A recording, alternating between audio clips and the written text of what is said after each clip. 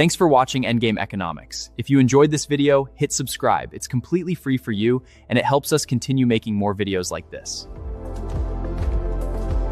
Picture this. You're taking a walk down a bustling street in Belgrade. Over on your left, a slick, newly opened European luxury boutique.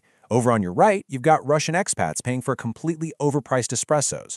Look up, and there's a drone mapping out a brand new highway that's being funded entirely by Chinese loans. And right beneath your feet, the soil is sitting on one of the most highly contested, geopolitically explosive lithium deposits on the entire planet. Welcome to our latest explainer. Today, we're going to look right past all that flashy new infrastructure and uncover the complex mechanics of a seriously high-stakes geopolitical balancing act. Okay, let's dive right into this, because the contrast here is absolutely fascinating. If you listen to the government's PR, Serbia is basically entering a golden age. They're pointing to a nominal GDP crossing the $112 billion mark, plus these massive infrastructure investments for Expo 2027. But if you look at the local reality, you see a completely different picture. We're talking sticky inflation, 23.3% youth unemployment, and a population that is shrinking at a historic rate. It's like a demographic Thanos snap. So today, we are tearing down the hype from both sides and looking strictly at the mechanics.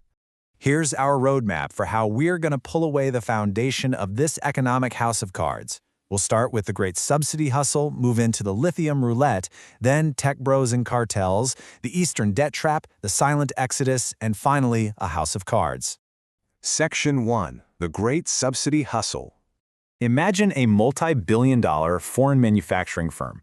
They desperately want to sell to the wealthy European Union market, but they absolutely despise the strict EU labor laws, the environmental regulations, and the high taxes.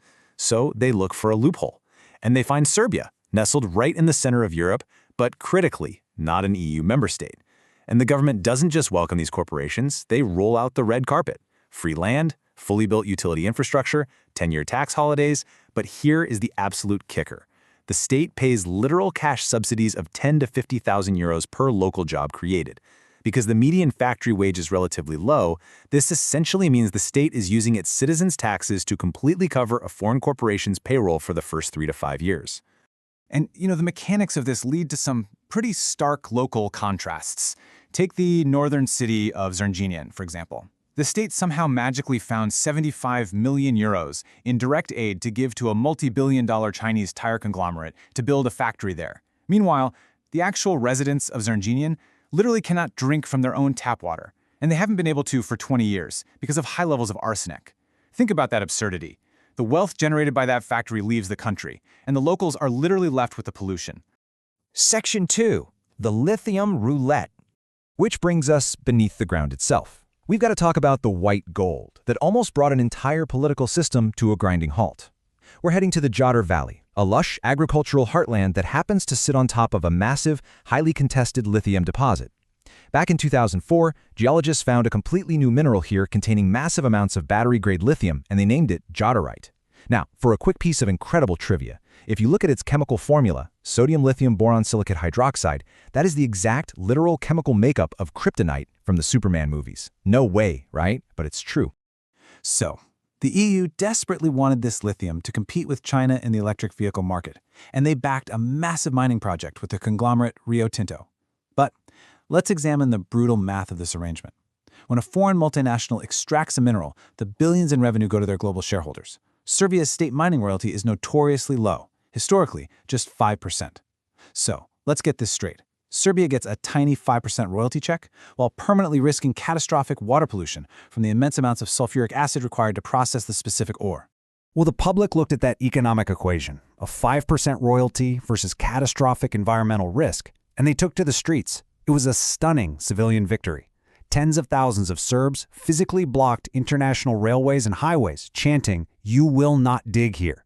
And against all odds, they forced Rio Tinto to halt the near $3 billion project indefinitely. Section 3.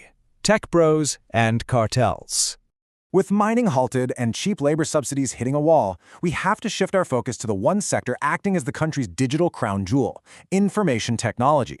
Now, what's really interesting about this is how the IT boom was supercharged by an influx of up to 100,000 Russian tech expats who were fleeing Western sanctions and moving their operations to Belgrade. This effectively created two completely isolated economies.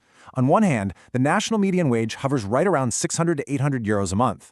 On the other hand, these tech expats are easily pulling in 2,500 to 4,000 euros. Injecting that many highly paid tech workers into a developing economy triggered localized hyperinflation.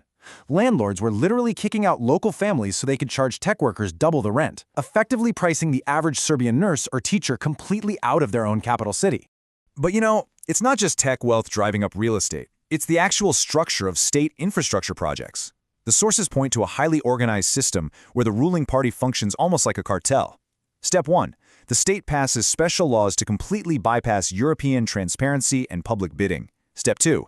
Pre-approved construction cartels tied to political networks get awarded these inflated mega-contracts. The state argues this ensures efficiency and lightning speed building. But analysts note Step 3. The excess, untaxed cash extracted from these projects is then washed right into luxury concrete high-rises. It's turning Belgrade into a sprawling safe deposit box for illicit funds. Section 4. The Eastern Debt Trap. So, a major question remains. If the wealth from factories, tech, and construction is isolated or just straight up leaves the country, how is Serbia paying for its massive 17 billion euro infrastructure overhaul for Expo 2027? To find that answer, we have to look east. When you need billions of dollars, you essentially have two choices. You can go to the European Union. They offer low interest rates, but they demand years of strict environmental studies and transparent procurement bidding. Or you can go to China's state-owned Export-Import Bank, and they don't care about environmental reviews or public bidding. They show up with a blank check, their own engineers, and their own heavy machinery. It is absolutely irresistible for a government looking to rapidly build infrastructure before the next election cycle. The result of all that, a staggering $3.7 billion in debt owed to China. That's a 12-fold increase in just a decade. Mechanically speaking, China just pays itself to employ its own state-owned companies to build in Serbia. But the real danger lies in the opacity. Many of these contracts are literal state secrets, meaning the public doesn't even know what national assets have been put up as collateral if the state ever defaults. And speaking of surrendering national assets, we have to talk about the 2025 energy crisis. Back in 2008, Serbia sold 51% of its state energy monopoly to Russia for a highly discounted 400 million euros. They were essentially trading an economic asset for a geopolitical shield. But when U.S. Treasury sanctions hit Russian energy entities globally, international banks and pipelines refused to transport oil to Serbia. By handing over their energy sovereignty for pennies, Serbia was forced into a humiliating, rapid corporate restructuring just to keep its delivery trucks running and its homes heated. Section 5. The Silent Exodus. Let's move to the real human cost and see how this builds. Between the foreign debt, the energy traps, and the low wages, how does the average citizen actually survive? Well, the answer is the ultimate invisible economic force, the diaspora. Serbians living abroad are sending home a massive $5 to $6 billion annually in remittances. It acts as the country's single greatest financial safety net. But this dynamic fuels a severe demographic feedback loop. The state spends massive public funds educating engineers and doctors, who then immediately emigrate to the EU. Serbia is basically subsidizing the German labor market for free. Because the youth leave, the domestic workforce shrinks. The government then has to collect higher taxes from a smaller pool of remaining workers. Living costs go up, which then causes even more young people to leave. It's a vicious cycle. And the terrifying mathematical nightmare of this silent exodus culminates in the national pension system. Because of the rapidly shrinking and aging population, Serbia is creeping dangerously close to a 1-to-1 ratio. Think about what that means. There is only one active worker sweating in a factory or an office to financially support one retiree. Without massive government borrowing, that equation is completely mathematically unsustainable. And this strain, it is most vividly visible when we look at the agricultural bedrock of the country. Serbian farmers are facing immense economic pressure. They're forced to compete on the open market without the massive protective subsidies that EU farmers get. They face crippling fuel taxes imposed by their own government, zero irrigation infrastructure to combat catastrophic droughts, and ultimately, generational family farms are just going bankrupt. They're being starved out and sold for pennies on the dollar to massive foreign conglomerates. Section 6. A House of Cards. So we really need to pull all of these complex economic mechanics together. By leveraging its unique geography, Serbia has played the world's superpowers against each other perfectly. They take development funds from the EU, blank check loans from China, and cheap energy from Russia. It is, frankly, a masterpiece of geopolitical hustling, and this quote brilliantly illustrates it. They built a franchise economy. Sure, the storefront looks incredibly modern, but the locals don't own the building. They don't own the intellectual property generated by the tech sector, and they are actively exporting their most valuable resource, their educated youth. You just cannot build sustainable generational wealth on this kind of foundation. Which leaves us with this final, critical question for you to ponder. When the global winds shift, whether through a sudden recession or a spike in borrowing costs, what actually happens to this carefully balanced act?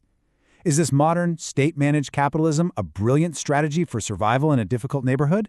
Or is it simply a house of cards just waiting to collapse? Think about the true cost of this growth, and what happens when the subsidies finally run out. Thanks so much for joining me on this explainer, and as always, keep questioning the data.